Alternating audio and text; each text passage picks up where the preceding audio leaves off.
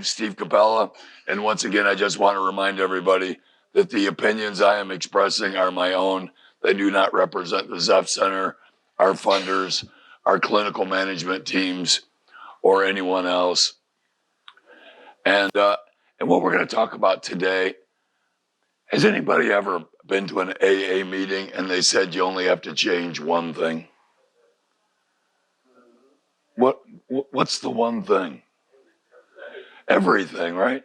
I remember going to my first meetings and they're like, you only got to change one thing. And it's everything. Okay, I get that. What does that mean? What does that mean? Let me ask you another question. When's the last time anyone has asked you, now all of you have been here for a while now, but think about when you were just first getting here. When's the last time anybody asked you when you're going to grow up? I'm sorry? How long ago did you say? Right. How old are you? 40 years old, and your mom's asking you when you're going to grow up. Anybody else? How about you, sir? Your daughter asked you? How old are you, sir? 56. You and me we're cut from the same cloth. Anybody else? Yes, sir. Your sister, and how old are you, sir? 66. Anybody else? How old are you? 44 years old, and your daughter's asking you when you're going to grow up. Have you ever thought about what this means? I was baffled by the entire process. Me too. I'm 47 years old, and my children are asking me when I'm going to grow up.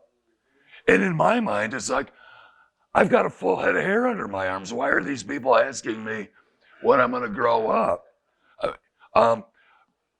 My children are asking me when I'm going to grow up. My attorney is asking me when I'm going to grow up. The judge in open court, first case of the day, 300 people in there, it felt like to me. And the judge berating me up and down, asking me when I'm going to grow up. And I couldn't figure out what it meant.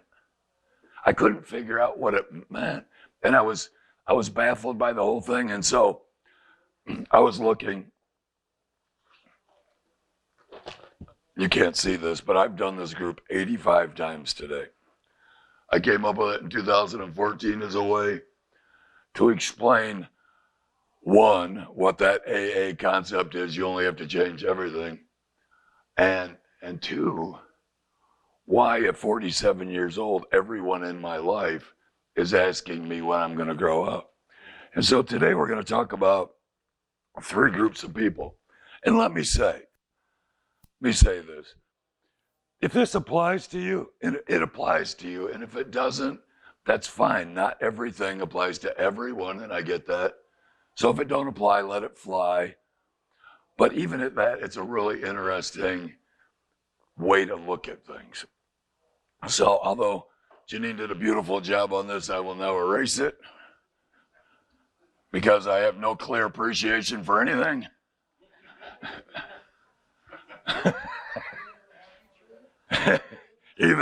Especially the happy tree. There will be no more happiness. That was the last idea I ever had. So we're going to talk about three, not groups of people, but three maybe points in our life. And the first one is going to be infants. The second one will be children.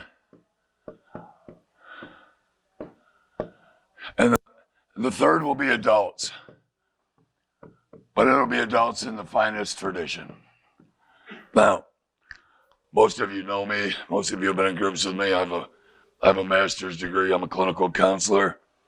I went to school at 50, though, and I was addicted to morphine at 13. So when all the other kids were learning how to spell and punctuate, you know what I was doing? Sniffing glue. You're exactly right, sir. And every other drug I could get my hands on. That is actually very true. So if you throw a word out in this in this exercise today. If you don't know how to spell it and I don't know how to spell it, that's the way we're going to spell it today. Is that okay with you guys? Nobody minds that?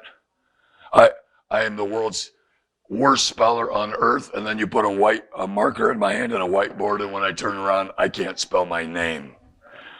So we're going to talk about adults, but we're going to talk about adults in the finest tradition.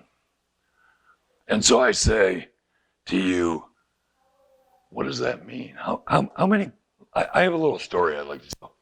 How many people have seen Saving Private Ryan? I love that movie, and it's been a whole bunch lately. And so let me tell this, and it sort of sets the stage for this.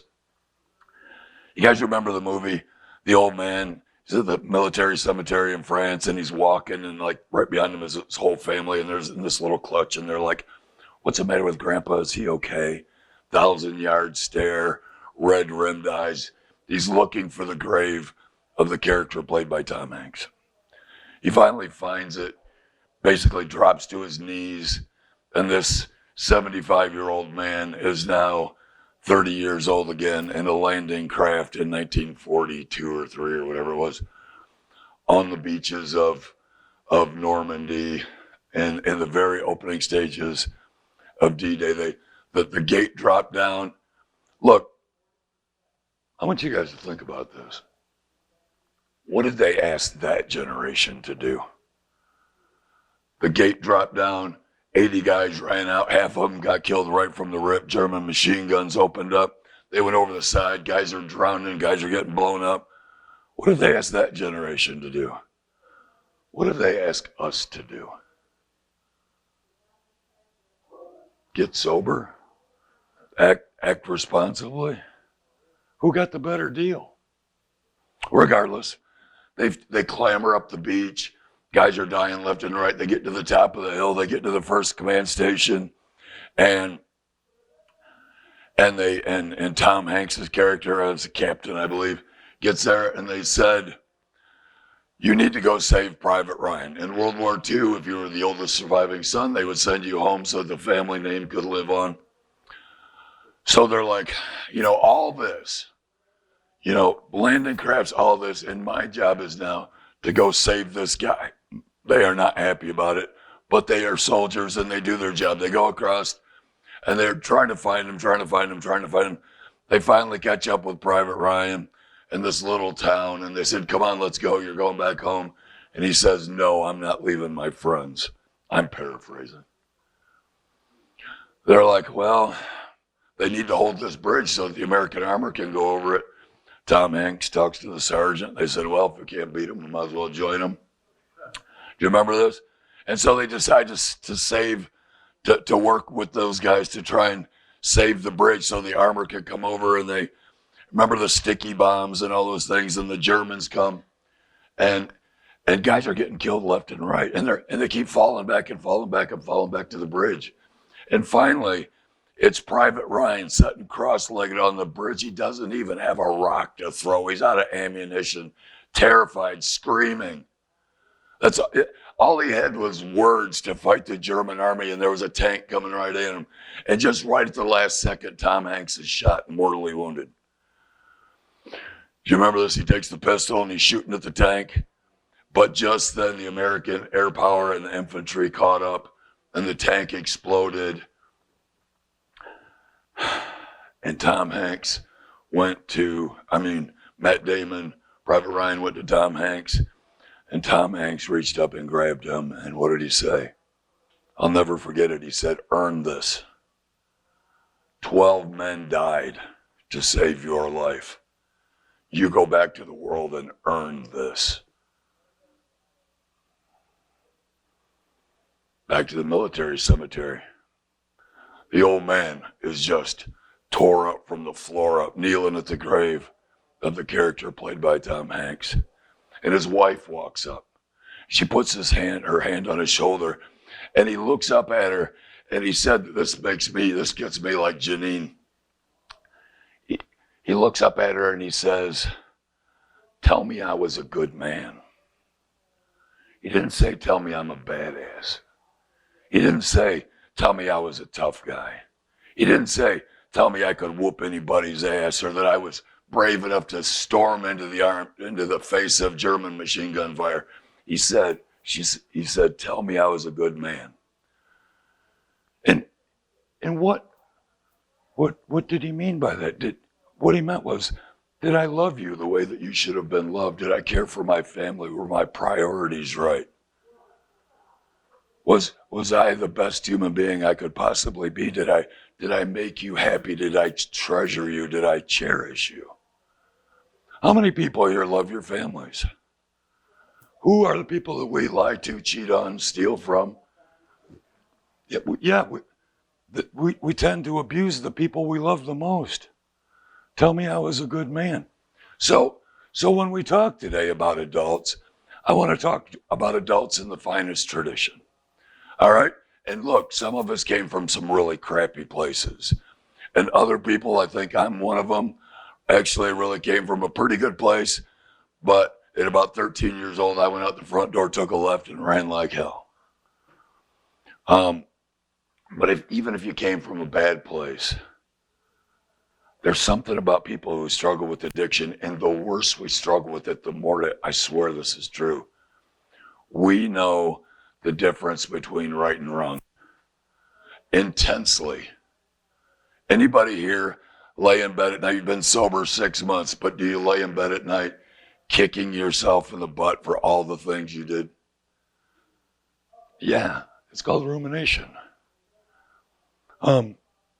We know the difference between right and wrong, and we never get it right. I could ask 1,000 questions. Is this right or wrong? Everyone in this room would always have the correct answer. You guys agree with that? Just virtually all heads are shaking yet. And so when we talk about adults in the finest tradition, we're going to talk about them in that regard. And maybe our parents were not the greatest, but we might have had older brothers, uncles, grandparents, a coach, a neighbor. Someone represented that person to us, virtually every one of us. And I know there's exceptions, but for many of us. And so, how many people here have children? Over half the room raise their hands. What are little babies like? They're adorable. What happens when you don't take care of them? Then they're not so adorable, right? They start to cry, but you still do nothing. What happens to them? And if you still don't do anything? But if you don't take care of them, what happens? Yeah, what'd you say?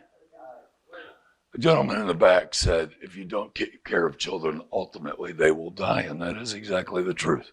They must be cared for or they will die. Just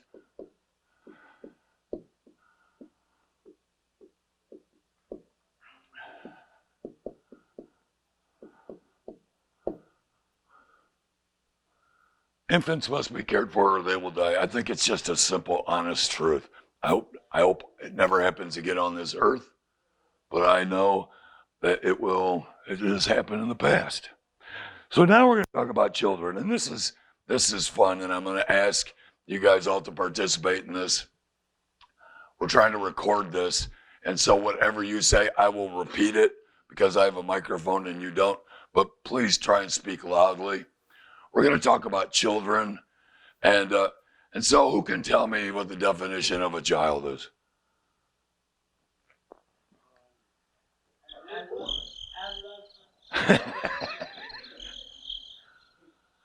No, I don't either.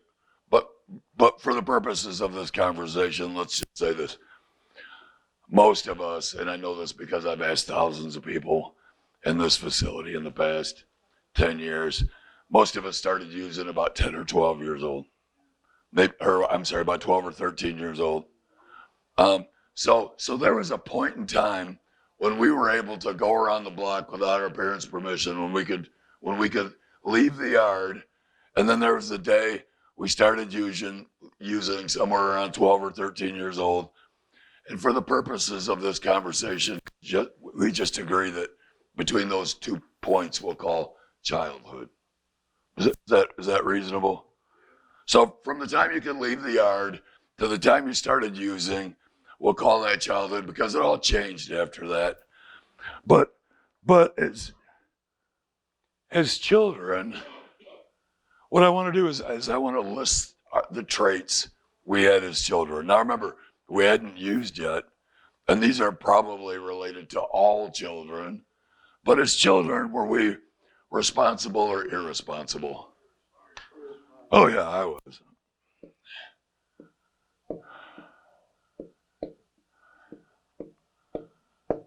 Remember, spelling rules apply. I literally turned around and was like, how do you spell irresponsible? What else were we like as children? What were you like as a child? Bad. Like Michael Jackson, bad. It was bad. What were you like as a child? Curious, spell it.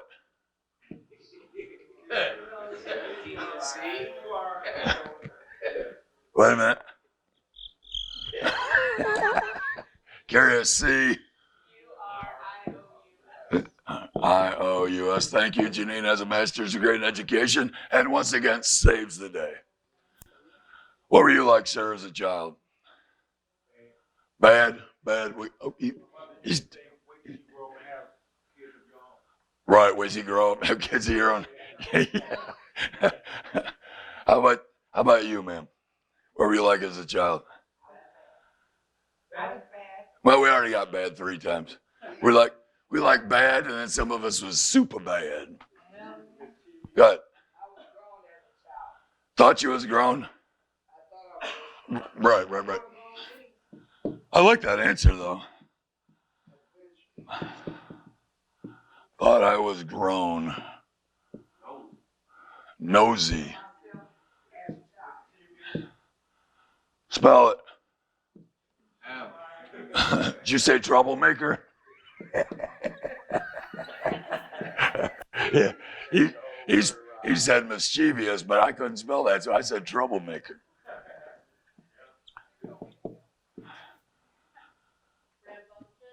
Spell it. Rambunctious. What's a 3-letter word for rambunctious? Bad. Super bad. What's that? Impatient. As opposed to inpatient treatment, this is inpatient in life, right?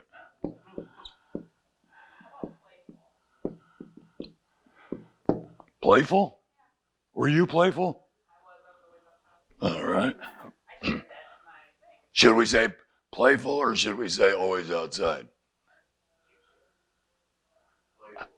Playful? All right. Then go always outside. Let me ask you a question then. Okay, so as children, were we focused on our friends or our families? Yeah, because I was outside, but that was because I was focused on. I got grounded to the outside. I'll tell you the truth. All right, I was born in 1961. My grandfather, when I was 7 or 8 years old, I was the oldest son. My grandfather would come and pick me up, and we would go to his mother's house. Now, she was born in like 1870 or something. And seriously, and she was like really old and had like her skin was dripping off of her, and she like smelled like old lady in mothballs, and she'd be like, do that, oh, you're so cute, and then she'd want to give you that kiss, like mushy old lady kiss, and it was like, and all I wanted to do was to be out in the street with my friends playing kickball, because before we had cell phones, that's what kids did. We went out, we started a fire in the woods, or we played kickball, right? Or both. Completely focused on our friends. As children, were we capable of complex emotions or only simple emotions? And the example would be,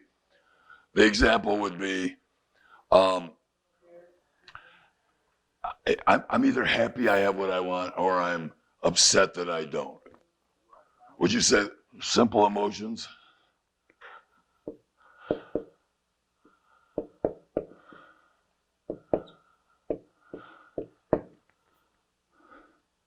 What else were we like as kids? Selfish. This isn't unique to us because we're in a treatment center. This is pretty much all kids, right? Did you guys ever lie to get what you wanted as children? Who said that? Be still, my. What?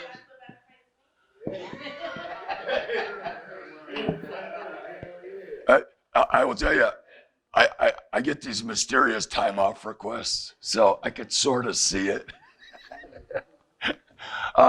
So we lied, we're sneaky. Did you ever blame anybody?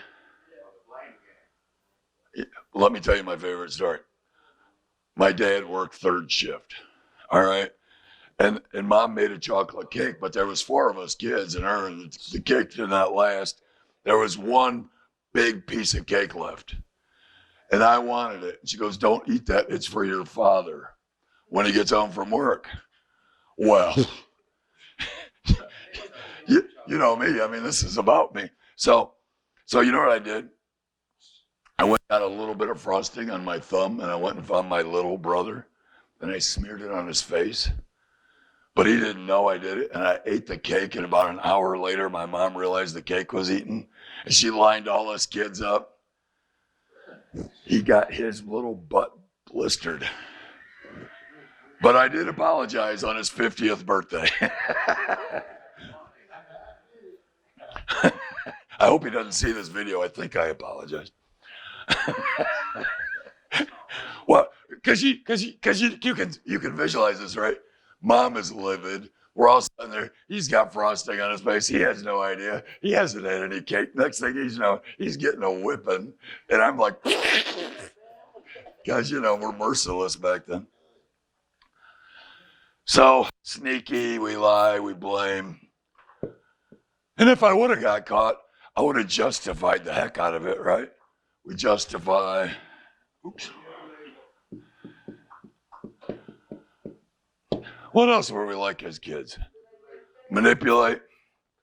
Oh, man. Did you ever play mom against dad? Or did you ever play your parents against your grandparents? Or try and get one teacher to fight with the other teacher on your behalf? We were the greatest manipulators as children.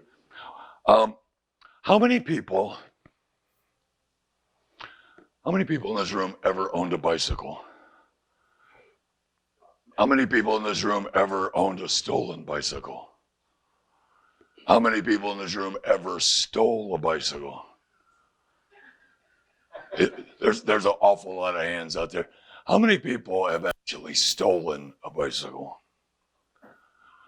All right, you guys work it out later. I don't want any fights in here, but there's a pretty good chance he took your bike. We will steal. We will get where we want. What's that? So let me ask you a question.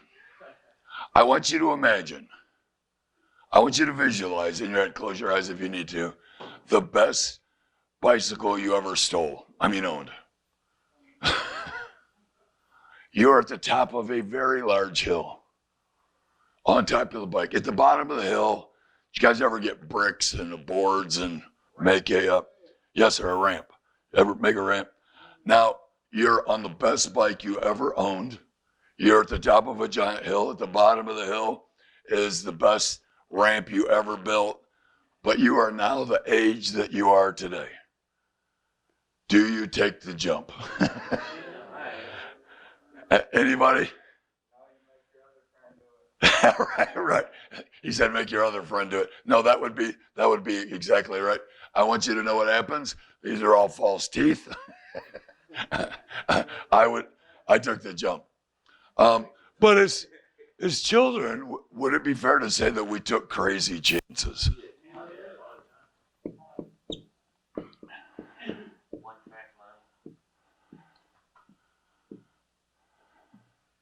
One track mind, I like that. One track mind. What else were we like as children? Vindictive, spell it. How about mean? Vindictive, spell M-E-A-N. Instant gratification. I want it now. I like that one. Now. What else? Can you guys think of anything else? Myself, I was always angry and afraid because I lost my dad at 14. I had honorable supervisor for me and my mother and my brother. Let me ask you guys. No, I get that. Angry and afraid because I grew up in the 60s and getting your ass beat was a normal part of growing up. And I lived in fear of my dad saying, go pick out a belt. Because back in the 60s, they were really thin or they were really thick. And I remember being 8 years old, standing in his closet looking at the belts going, well, the wind velocity would be trying to figure out the coefficient of drag between a skinny belt and the... Before the time that your parents actually go out to the tree to get the switch. Oh, yeah, go get... You go out there and you grab it. Going to get a switch is the most brutal thing because the one you bring is never good enough. There's going to be, go get another one, which is like your butt's already warming up just in... Yes, ma'am. My mama used to tell me to go pick them green beans, and there's long things they look like green. I'm gonna try to pick them like she's gonna make it in a big pot, cause I'm the baby at 18. But what it was willow whips to beat my ass. Willow whips. I am glad I did not experience that. Yes, I did. So, as children, did we embrace the rules or did we rebel against the rules? Yeah, it didn't even matter what the rule was. If my mom would have said, you will be home on a school night at 1 a.m. and eat a gallon of ice cream, I'd have been like, that's child abuse. I should have to be home when the street lights are on and be in bed by 9. We will rebel against the rule no matter what the rule is, right?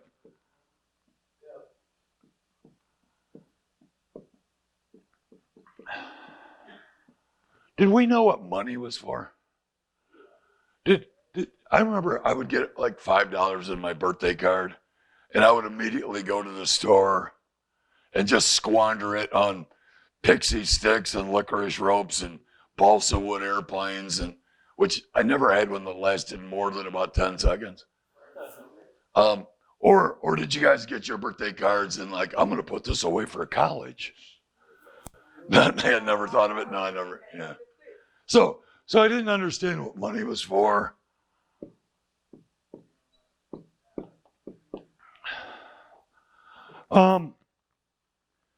As children, did we deal with our problems or did we completely ignore them? Yeah, we ignored our problems.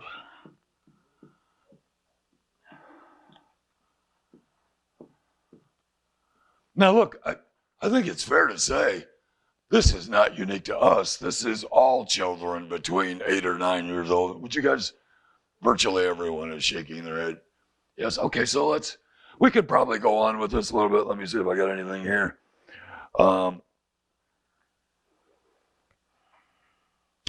Did you guys ever think about the future or did you live for the day? Yeah, live for the day.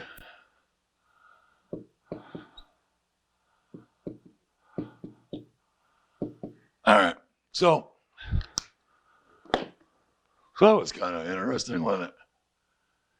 Did you guys enjoy that little trip down memory lane? So let's talk about adults in the finest tradition. And remember, maybe not where we came from, but that place that we always knew existed someplace. Adults in the finest tradition, throw some words at me.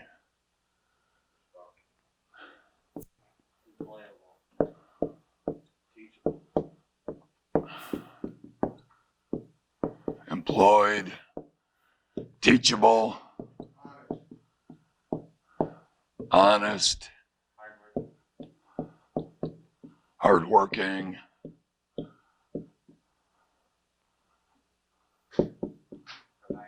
provider,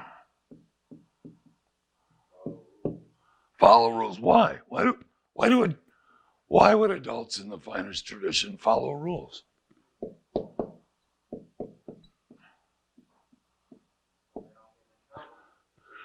That's part of it, but I think there's a more profound reason.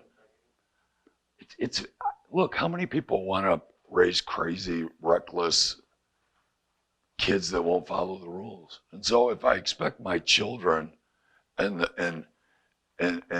all the other children, if I expect them to follow the rules, then I have to follow the rules, right? So could we write lead by example?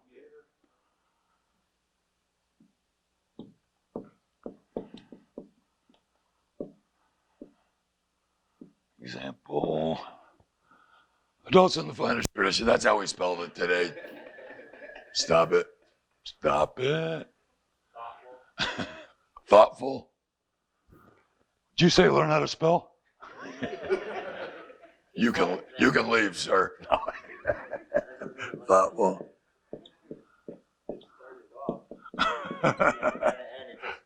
Yeah.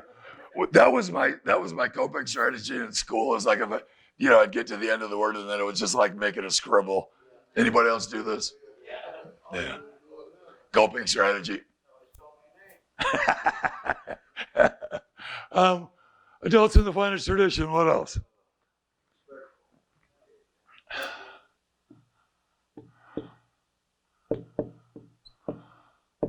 Trustworthy.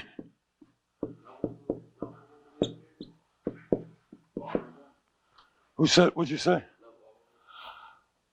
I like lovable, but let's change it. If we talked about children only being able to be simple emotions, are adults capable of complex emotions? Like I can be mad at my son, I can be incredibly upset with him, but I still love him. Me and my wife can have an argument, but I still love her. My place of employment can drive me crazy sometimes, but I still love this place because it's where I get to talk to guys like you guys.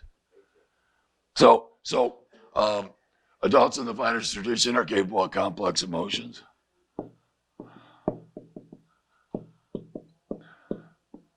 Are adults in the finest tradition focused on their family or their friends? Family, yeah. Let me give you an example. Look, I'm a Jeep guy, but let's say I was a Mustang guy. And my whole life, for years, I've been saving to buy the brand new Boss Mustang Hellcat edition. I don't even know if that's a thing. I'm probably talking about 5 different manufacturers right now. 700 horsepower. This thing looks like it deserves a traffic ticket sitting parked at the curb.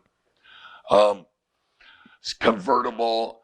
I've always wanted one of these. I've been saving for years. Next week, the brand new one's going to be released. I'm going to go down to the dealership tomorrow and I'm going to sign up for this and put the $10,000 deposit down. And my 2 sons come up to me and they say, Dad, we've been talking about it. We really want to go to St. John's and play on the football team.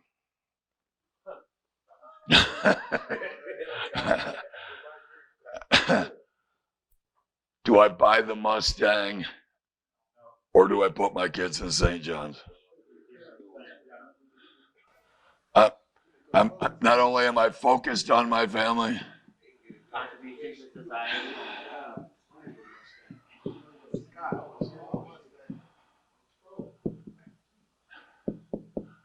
I'll sacrifice for my family.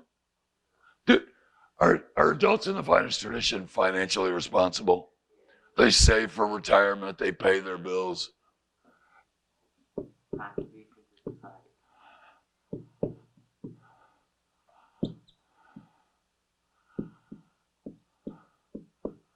See, I got right in the middle of that word, forgot how to spell it.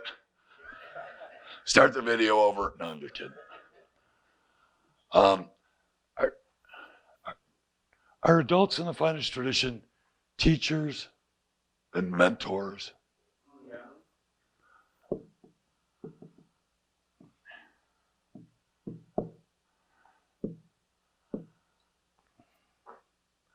What else? Open-minded. I like that.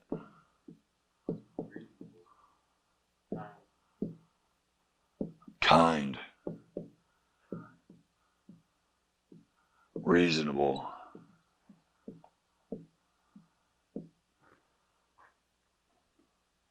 What? Oh, I thought you were laughing at my spelling. you, you can't laugh at me while I'm spelling kind because I can't spell it right. I know, it's crazy. What else? Adults in the Janine, adults in the finest tradition. You're my star preventionist.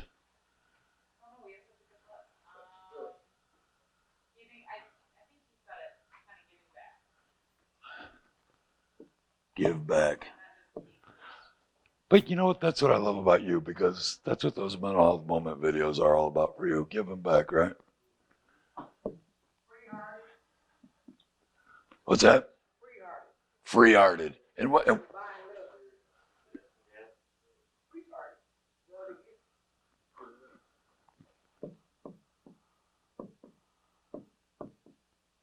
Love to give. Supportive.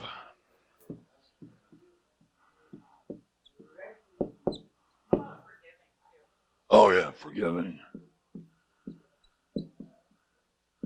Now, isn't it funny that now we're talking about a list of mythical people, and we put this list together in 1/3 the time it took to put the list together that represented who we were as children. Like, and so the fascinating thing is, we've always known these things. It wasn't a mystery. Am I right? Yes. So I think we could go on, but I think we have a pretty decent list. But there's something that's bothering me about this. Which ones are we? Remember the original question I asked was, when's the last time somebody asked us when we were going to grow up? I said, they tell you in the AA meeting you only have to change one thing. What is it? It's this. It's this. Look, recovery, the opposite of addiction is not abstinence. It can't be. The opposite of addiction is responsibility. Some will tell you it's connectedness, but until we become responsible and stop stealing mom's wedding rings, there's no connectedness. It's only a byproduct becoming responsible. Look, this is what I've observed, all right? No evidence says this, but it was my own story. I'm growing up, One day I get really hurt, and they put me on a bunch of drugs, and I go right back into this. And I don't know whether you're here or here or here or here. But we're probably not. We may be working towards this. We may have been there in the past, but nobody came into a drug and alcohol treatment center for 2 years.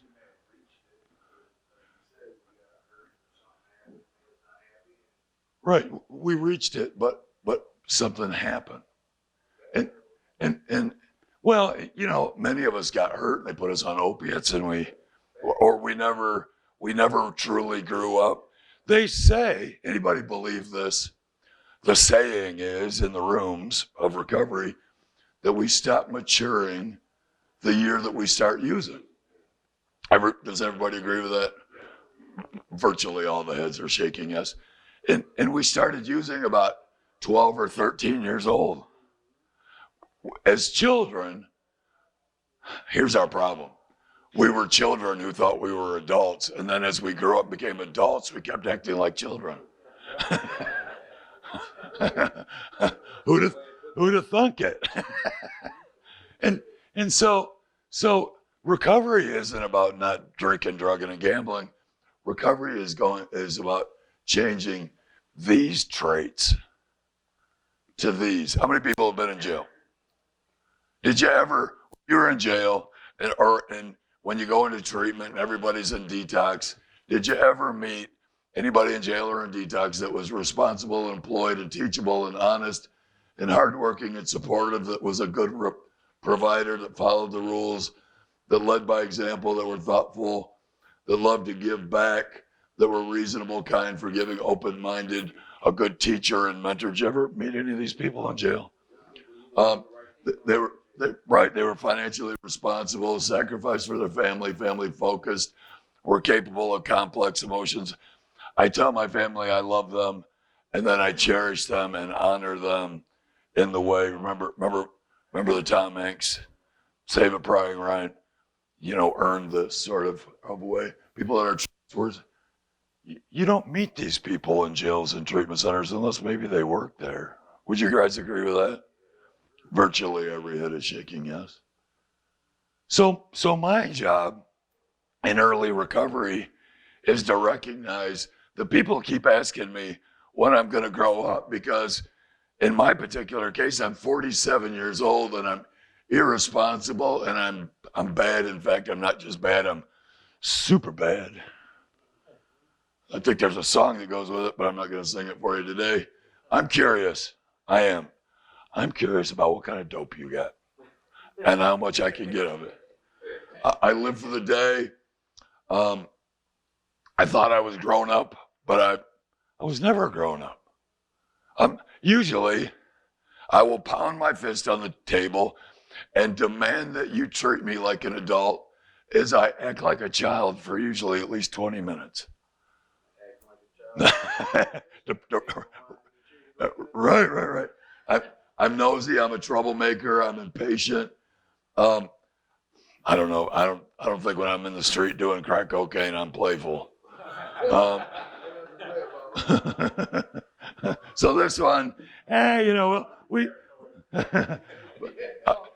in the street, I'm totally focused on my friends. I ignore all of my problems. We go through life as giant bulldozers, push like in a movie or something. This giant bulldozer remember the Avatar movie with the big giant bulldozer going through the rainforest? That's who we are, pushing all of our problems up, not solving anything. I manipulate, I'm angry, I'm afraid. I take crazy chances. Look, you guys ever been out in the North End in an alley at 4:00 in the morning to meet a guy who is half nuts and always carries a gun in the dark by yourself with $400 in your pocket? We're going to take some crazy chances in addiction. Yeah, and everything, nothing's ever my fault. I blame everyone. It was the cops. It was whatever. Yeah, I'm mean. I'm selfish. Yeah, we're relentless. And so my job in recovery is, and I don't want to say this in the wrong way, but I don't know what the right way is. Recovery is literally growing up. It is about recognizing that these are the traits of my behavior and addiction, and realizing that this is the goal. Because I ask any one of you, if you are responsible, employed, teachable, honest, sacrificing for your family focused, capable of complex emotions, your trust, can you ever come back? Will you ever go to jail again? So is recovery not drinking, drugging, and gambling, or is recovery about becoming the best possible person you can be? And so I'm not saying that drug and alcohol treatment isn't important, because it absolutely is. But what I'm saying is it's bigger than that. And it's the greatest reason why we struggle, because we get trapped in those cycles. And I get out of a treatment center where people impose rules and boundaries on me and immediately go back to where I came from and re-embrace this behavior. And if I'm 40 years old living my life like this, what do you think the odds are I'm going to use drugs again? Pretty good. But if I work on, you know where you're going to work on this stuff? 12-step recovery. And 12-step recovery refers no one anywhere ever. But every mental hospital, every treatment center, every prison, everyone refers everyone to AA and 12-step recovery because that's what they work on. Does that make sense? Look, I don't want you to raise your hand, but I'm going to ask you a question.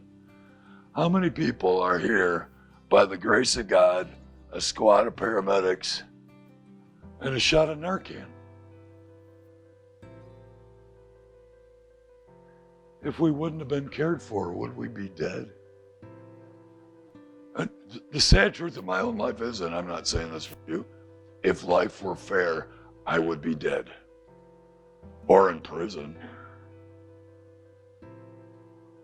This is not about drinking, drugging, and gambling. This is about becoming the person that you were meant to be and not the one you became. It is about reaching your full potential.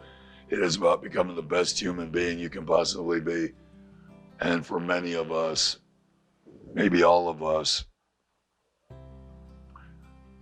I had to find a way to take all that pain and destruction and misery that I caused and find a way to make it of value. And this was my road, and it's not your road, and I know that. And I'm not saying I did it so you can, because that's silly. What I am saying, embrace this. Understand that this is what you're trying to do. You literally can take a piece of paper and write down all the things I never want to be again. I never want to be a liar. I never want to be an adulterer. I never want to take advantage of people. Take the other side of the piece of paper and write what's the opposite of that.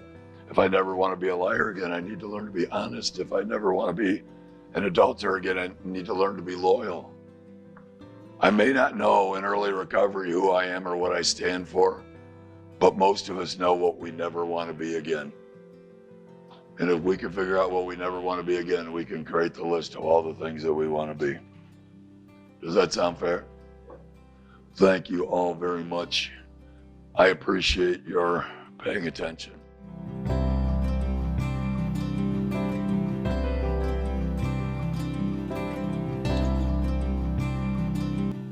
My name is Roy Jackson, and I'm a resident here at Zepf Center. Hi, my name's Atanasio Tony Brown. Hi, I'm Jackie Tavern, and I'm resident at the Zepf Recovery House. Hello, my name is Arturo Javier Beltran.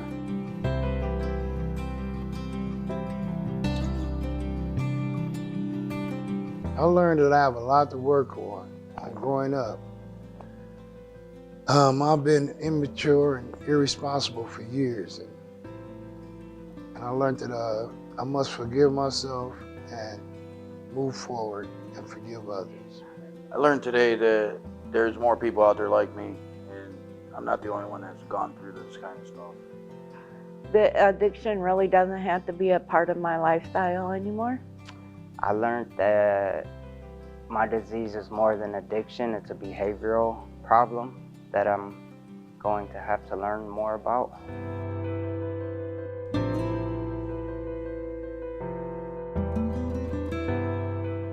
Yes, I've always been, as a child, I was always a liar, trying to fit in. I drank to fit in and did other things just to fit in and get along. And it's been a long battle. My behavior was a trap. I kept going back. I couldn't get out of it, so I kept doing the same routine every day. I believe so because I hung out with the wrong crowds when I was younger, so yeah, it was a trap.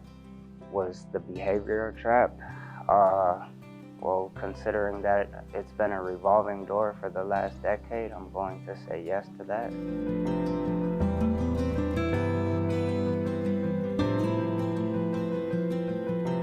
Not at all. It was eye-opening for me. I feel a lot better today moving forward with what I've learned today. No, not at all. I didn't find this any means offensive. No, I don't think it was offensive at all. No, I could see how someone could take it offensive if they're still living in active addiction and not wanting to hear the truth about themselves, but as far as I'm concerned, no, it was not offensive at all.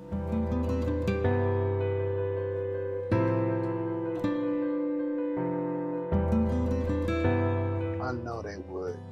The earlier, the better. I believe a lot of people will benefit from it. That way they can understand what the whole addiction is and instead of just a problem. Oh yeah, they would definitely benefit from it. Well, like I said in the beginning, how they could benefit as far as learning that it's more than an addiction problem, it's a behavioral problem, and yes, I think it could be very helpful to others.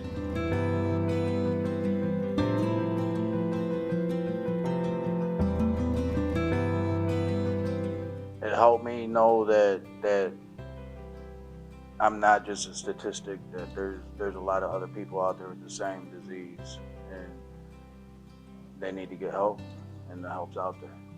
I thought it was very interesting and helpful.